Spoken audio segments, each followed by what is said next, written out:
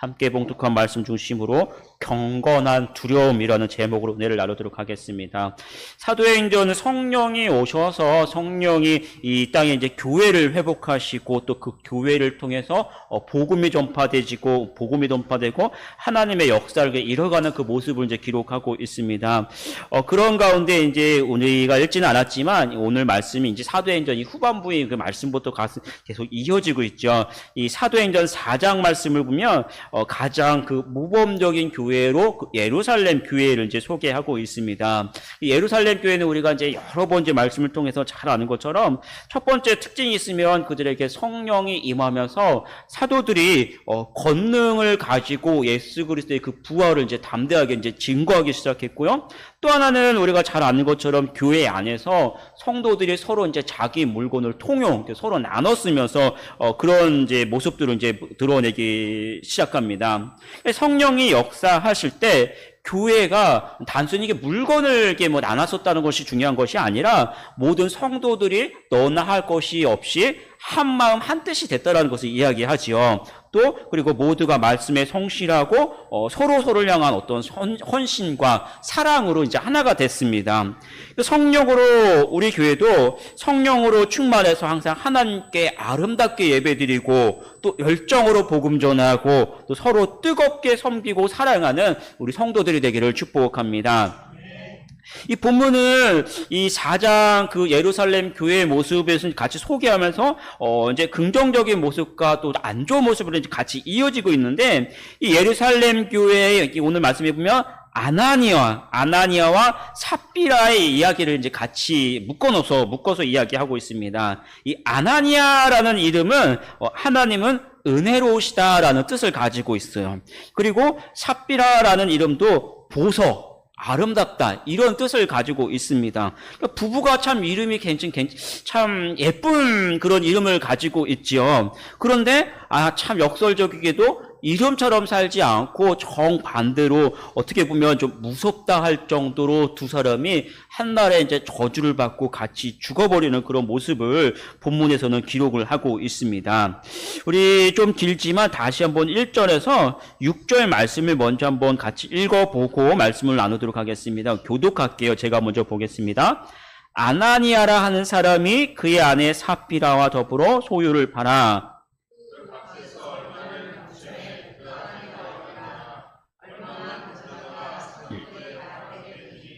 베드로가 이르되 아나니아야 어찌하여 사탄이 내 마음에 가득하여 내가 성령을 속이고 땅값 얼마를 감추었느냐.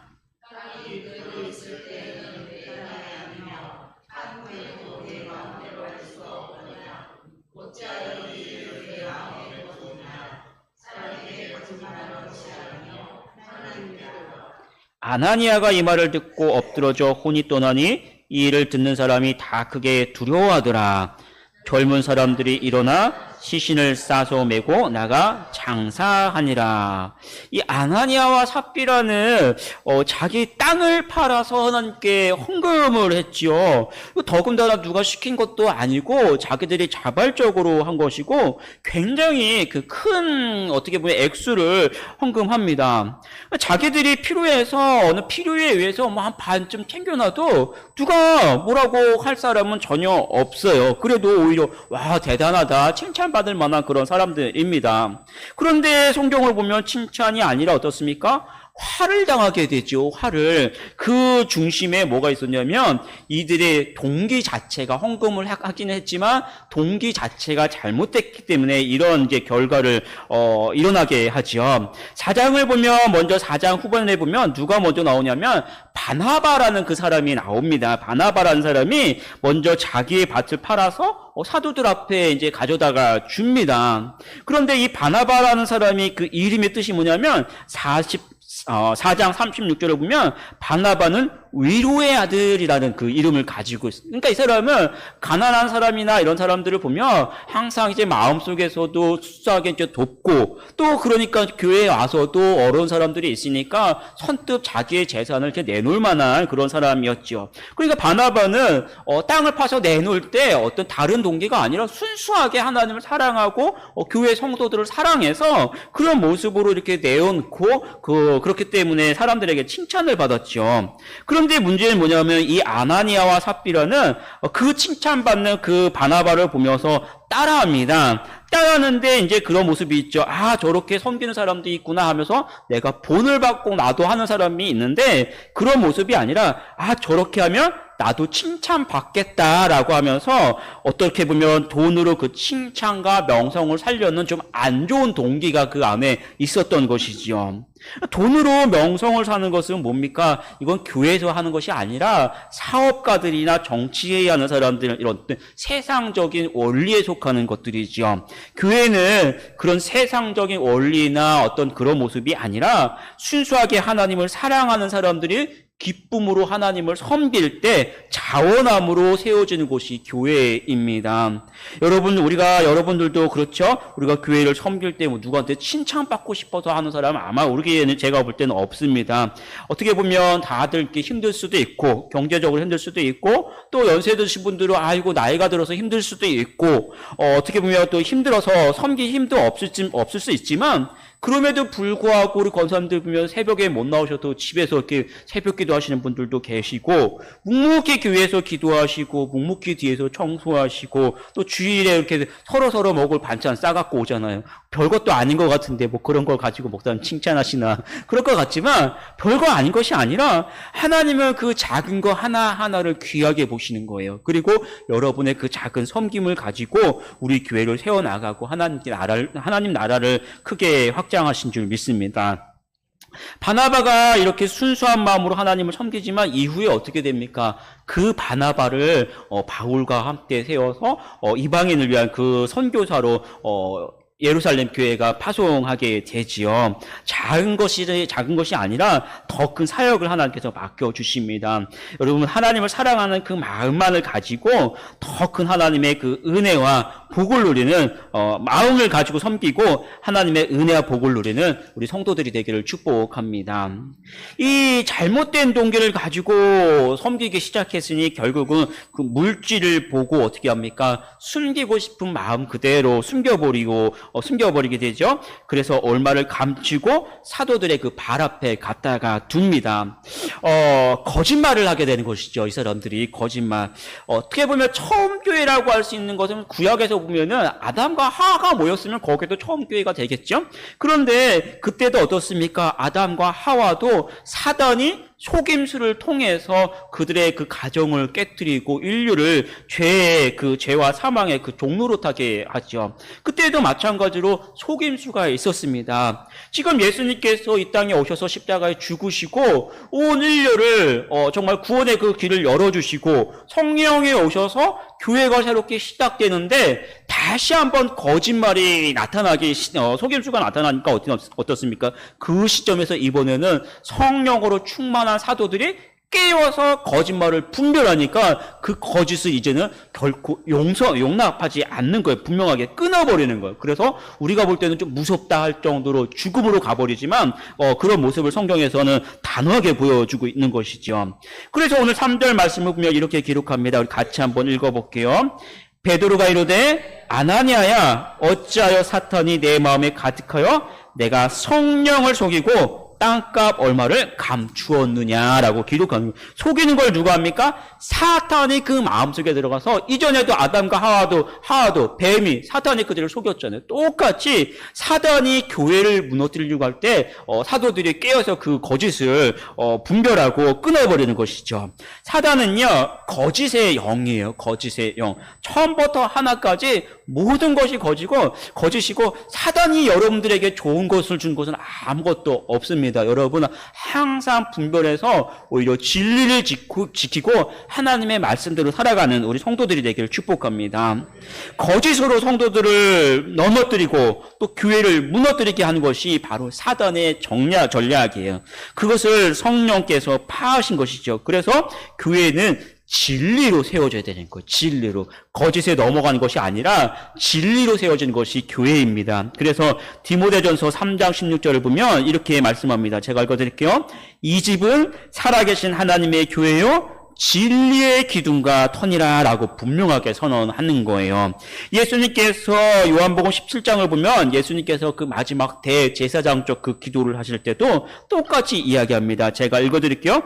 내가 세상에 속하지 아니함 같이 그들도 세상에 속하지 아니하였사옵나이다. 그들을 진리로 거룩하게 하옵소서. 아버지의 말씀은 진리니다. 교회를 진리로 세우도록 예수님께서 기도하셨습니다. 여러분 세상은요 온갖 거짓과 술수가 만연한 것입니다. 여러분 우리가 잘 살려면 어떻게 합니까? 두 가지 방법이 있어요. 하나는 돈 잘 번 데 가서 성실하게 일하면, 아니면 뭐 세상 사람들이 말하는 대로 재수가 트이면 돈을 잘 벌 수가 있고, 그렇지 않은 사람들은 그런 것이 없으니까 그 재수를 얻어내려고 사람들을 속여내고 빼든 것, 그런 방법들이 세상의 방법이지요. 장사하는데 한번 가보세요. 뭐라고 합니까? 물건 이렇게 흥정하려면 이거 남는 거 하나도 없다고 빚진다고 얘기해요. 빚진다고. 그런데 여러분 정말로 남는 거 없이 빚지고 파는 사람이 있습니까? 아무도 없어요. 다 뻥입니다. 속지 마십시오. 다 뒤에서 챙겨 먹는 게 있는 거예요. 저도 이전에 제가 한번 말씀드렸죠. 호구가 됐습니다. 저는 핸드폰 하나 살려면 몇 군데 다 들어봐갖고 제일 싼 데 갔는데, 제가 딱 골랐던 한 군데 얼마나 친절하게 안내를 해주시는지, 정말 그렇게 싸게 샀는지 잘 몰랐어요. 나중에 알고 봤더니 다 속여가지고 제가 그대로 팔아 한 100만 원 주고 핸드폰 사가지고 뒷골 땡기면서 아직도 할부금 갖고 있습니다. 그러면서 그렇게 당했는데요. 이사 오면서, 교회에 와서 이제 이사 오면서 인터넷을 바꿔요. 인터넷을. 요즘에 인터넷 바꾸면 뭐라고 합니까? 현금 준대요. 50만 원 준대가지고 얼른 통신사 바꾸면 준다고 그래가지고, 옛날에는 한 10년 썼으니까 굉장히 싸게 했는데 50만 원 받으면서 3년 약정하고 났더니 월 요금이 한 2만 원씩 더 올라가니까 결국 3년 하면은 낸 돈이 더 많고 50만 원 받은 거구나. 그렇게 당했는데 또 속았어. 세상은요 정말 그 사람들을 성경이 맞는 광명한 천사같이 그렇게 친절하게 상세하게 안내주고 또 안내주고 또 안내주는데 결국은 당해요. 다 빼먹는 게 있는, 그게 세상의 법칙입니다. 사람들을 그렇게 해서 속여서 어떻게 해서 내가 부하는 게, 그런 것들이 세상의 법칙이에요. 세상은요 온갖 거짓, 온갖 술수가 만연한 것입니다. 근데 여러분 성경을 보면 에베소서 6장에 보면 뭐가 나오는지 아십니까? 성령의 전신갑주가 나와요. 성령의 전신갑주. 그 중에 하나가 뭐냐면 진리의 허리띠입니다. 진리의 허리띠. 여러분 허리띠가 풀어지면 어떻게 돼요? 바지가 내려가고 망신 당하는 겁니다. 여러분 장사할 때 누가 속여서 팔면 모릅니까? 제가 이렇게 2번 당했는데, 그럼 내가 속는지도 모르고 어디 가서 나 50만 원 받았다 자랑할 줄 알아요? 속았다라는 거 억울해가지고 그거. 속이면요 사람들은 다 알아요. 여러분 우리가 세상 살면서 다른 사람들 속여서 돈을 취하면 내 주머니에 돈은 들어올지 모르지만 그 사람들이 내가 거짓말했다는 건 다 알고 결국은 우리 안에 뭐가 있습니까? 예수 믿는 성도라는 그 이름을 가지고 있잖아요. 사람들이 내가 속여서 취하면 결국은 자기 망신 그대로 드러나는 것이고, 더 나아가면 교회 망신이고 하나님 망신을 그대로 취하게 되는 것이죠. 더 나아가면 성도가 그렇게 살면 결국은 믿음으로 넘어지는 거예요. 또 그러한 습관을 가지고 교회에 와서 그런 모습으로 거짓으로 교회를 세워서는 결코 안 됩니다. 항상 세상 속에서도 정직하고 성실하게 살아가세요. 하나님의 말씀대로 살면 하나님 그 가운데 지키시고 복을 주신 줄 믿습니다. 그리고 하나님의 말씀으로 교회를 세우고 진리로 세상을 비추는 우리 성도들이 되기를 축복합니다. 이 아나니아가 사도들을 속이고 죽을 때 이렇게 기록합니다. 우리 5절 말씀 같이 한번 읽어볼게요. 아나니아가 이 말을 듣고 엎드러져 혼이 떠나니 이 일을 듣는 사람이 다 크게 두려워하더라. 다 크게 두려워하더라라고 이야기합니다. 그리고 7절에 보면 한 3시간쯤 지나서 그 안에 삽비라가 또 들어오죠. 그때 바로 죽지 않고 베드로가 먼저 다시 한번 물어봐요. 한번 물어봄으로 인해서 기회를 주는 것이죠. 8절 다시 한번 읽어볼게요. 8절 베드로가 이르되 그 땅 판 값이 이것뿐이냐 내게 말하라 하니 이르되 예 이것뿐이다 하더라 하면서 또 한 번 속임을 인해서 죽게 되지요. 회개할 기회를 주는데 깨닫지 못하고 성령을 속이고 죽게 됩니다. 그리고 그때 상황을 이렇게 기록합니다. 11절 같이 읽어볼게요. 온 교회와 이 일을 듣는 사람들이 다 크게 두려워하니라. 아나니아도 속이고 죽으면서 똑같이 듣는 사람들이 두려워했다라고 기록하고 삽비라도 똑같이 성령을 속여서 죽고 그 이외의 사람들이 두려워했다라고 두 번이나 똑같은 이야기를 두려워했다라고 강조를 합니다. 이 두려움은 무슨 두려움입니까? 막연하게 두려워하는 것이 아니라 하나님을 속이면 안 되는구나 하면서 하나님에 대한 두려움이죠. 죄의 경각심을 갖고 하나님을 두려워했다 라는 이야기입니다. 성령이 임했을 때 먼저 성도들이 하나님을 사랑하게 돼요. 그리고 사랑해서 말씀대로 살면서 오늘 말씀은 동시에 하나님을 두려워하게 됩니다. 사랑하면서도 동시에 두려워하게 되는 거예요. 이걸 뭐라고 하냐면 우리가 하나님을 경외한다라고 이야기하는 거예요. 하나님을 경외한다. 하나님을 사랑하면서도 하나님에 대한 두려움이 있는 거예요. 제가 이제 가끔 아이들에게 이제 물어봐요. 뭐 과자 하나 주면서 아빠 좋지, 아빠 좋지. 그러면 뭐라고 할까요? 당연히 좋다고 하죠. 아빠 사랑해, 아빠 사랑해. 근데 아이들이 뭐라고 이야기하면 아빠 사랑해 하면서도 좀 이따 못했던 말을 뒤에서 살짝 이야기합니다. 뭔지 아십니까? 근데 무서워. 그래요. 왜 그러냐면 과자도 주고 이것도 주고 아빠 사랑하는 건 아는데 한편으로 잘못하면 되게 얻어맞거든요. 얻어맞고 야단맞고 하니까 사랑하긴 사랑하는데 무서운 건 있는 거예요. 근데 여러분 이게 잘못된 게 아니잖아요. 그 아이들이 잘못됐을 때는 야단을 맞고 무서울 줄 알아야 부모의 그 가르침을 받고 올바로 양육을 받을 수 있는 것이죠. 그걸 뭐라고 합니까? 그걸 부모를 공경한다라고 이야기한 것입니다. 단순히 사랑하는 것만 공경하는 것이 아니라 사랑하기 때문에 부모의 말대로 순종하고 어려워할 줄 아는 것을 공경한다라고 이야기하는 거예요. 마찬가지로 성도도 하나님을 사랑하는 거예요. 똑같이 사랑하는데 사랑만 하는 것이 아니라 한편으로는 하나님이 어렵고 두려워할 줄 알기 때문에 그런 마음이 있기 때문에 하나님의 말씀에 순종할 줄도 아는 거예요. 그것을 바로 하나님을 경외한다라고 표현합니다. 하나님은 그렇게 하나님을 경외하는 사람에게 복을 주십니다. 다니엘을 한번 보세요. 포로죠. 원래는 포로였지만 그가 하나님을 경외했기 때문에 왕의 진상에서 주는 어떤 진미와 이런 것들을 거부하고 물과 채식으로만 살아왔잖아요. 그럼에도 불구하고 어떻습니까? 그런 하나님을 경외하고 자기 자신을 지킬 줄 아는 그 사람을 하나님께서 높여서 바벨론의 높은 지혜에 올려주셨습니다.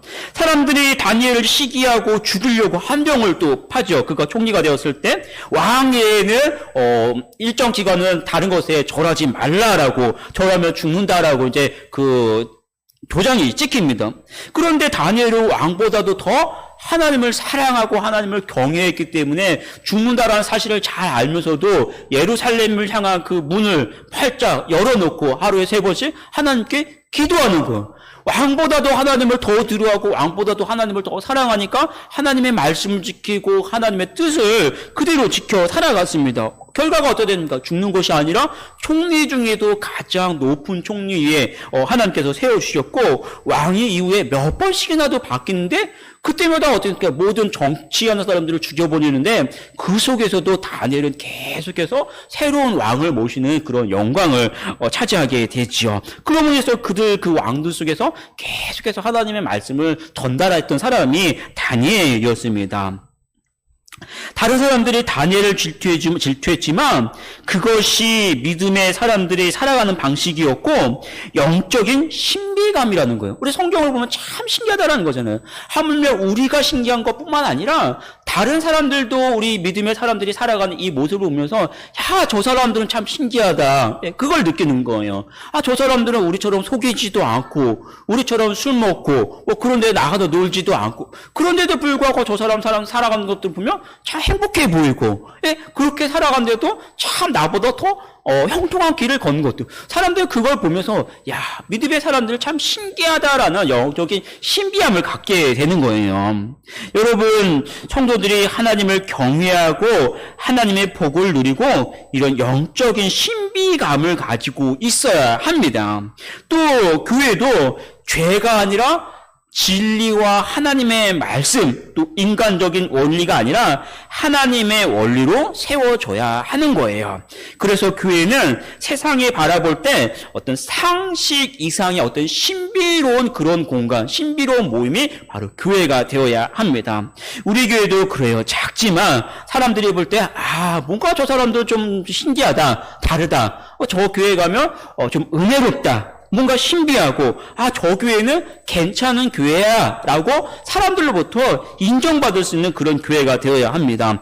그런 힘이 어디에서 나옵니까? 사람의 방식이 아니라 하나님을 인정하고 하나님을 사랑하고 하나님을 의지할 때 하나님께서 여러분을 그렇게 붙들어 주시고 우리 교회를 그렇게 세워주신 줄 믿습니다. 돈이나 세상 방식보다 먼저 하나님을 더욱더 의지하고 하나님의 능력으로 살아가는 우리 성도들이 되기를 축복합니다. 그래도 저 사람을 보면 아, 참 신기하다. 하나님이 살아계시구나. 인정받으세요. 그리고 우리가 함께 모일 때 거룩하신 하나님을 기억하고 그분의 뜻대로 아름답게 우리 교회를 세워나가는 우리 성도들이 되기를 축복합니다.